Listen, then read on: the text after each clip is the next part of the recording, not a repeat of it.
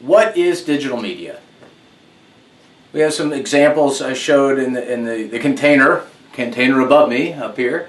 One is a video, but what's interesting about that video, I find, is the background is changing, yet the person in the foreground stays the same, and that's not a green screen effect. A green screen effect is if I could have a green screen behind me, and then I could project a green screen. The camera, you could do a video editing where you can tell the program to say replace the green, anything green on this video with an image, and that image will take the place of that background.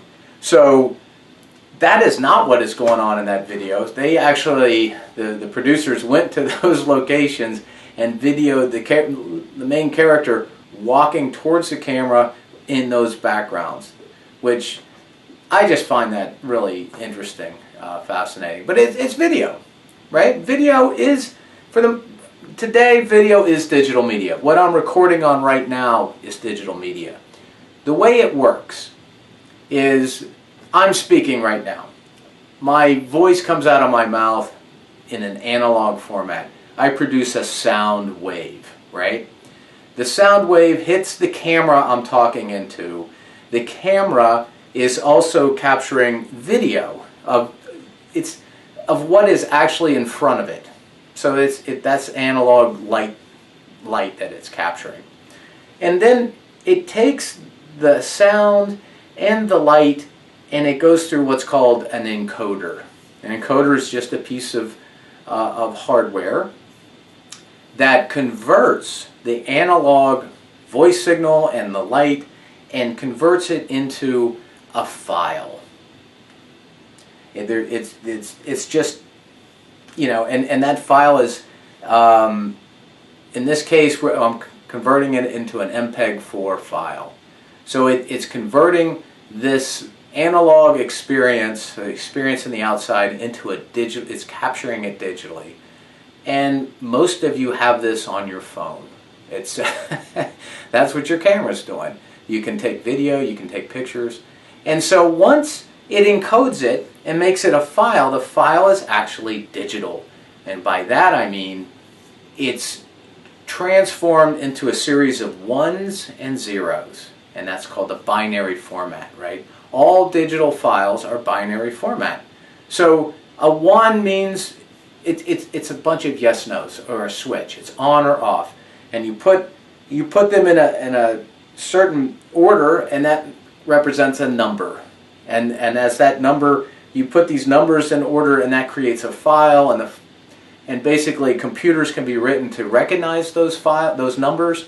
And so this camera creates a file that's in an MPEG-4 format, and then there can be an MPEG-4 player that can, let me take those ones and zeros in order, and I will break them back out and make sense of it on the other side, and that is what the video is you see. And so it recreates the image that's in front of the camera on a player somewhere.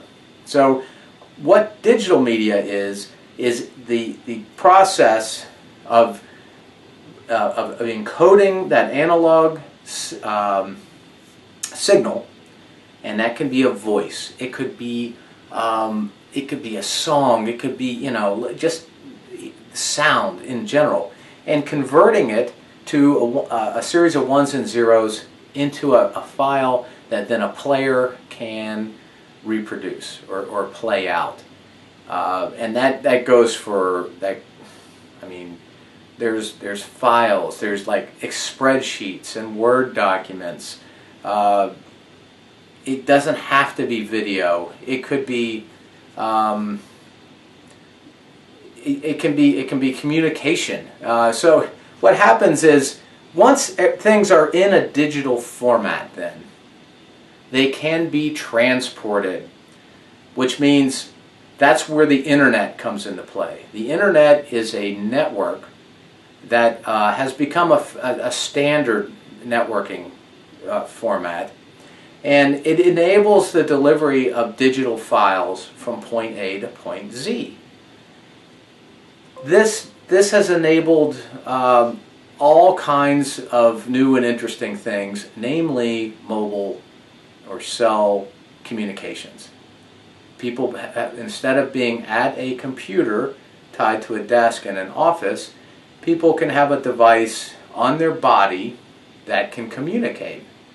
And and that's what, I mean, my goodness, people are completely absorbed by their devices today, whether it be social media, it could be Facebook or text or tweets, or getting the news, or checking, seeing a bunch of videos, or sitting around looking at videos, ignoring people in their group. It's all done because, and it's all because the capturing technology can convert what's happening into a digital format, and that digital format can be transported.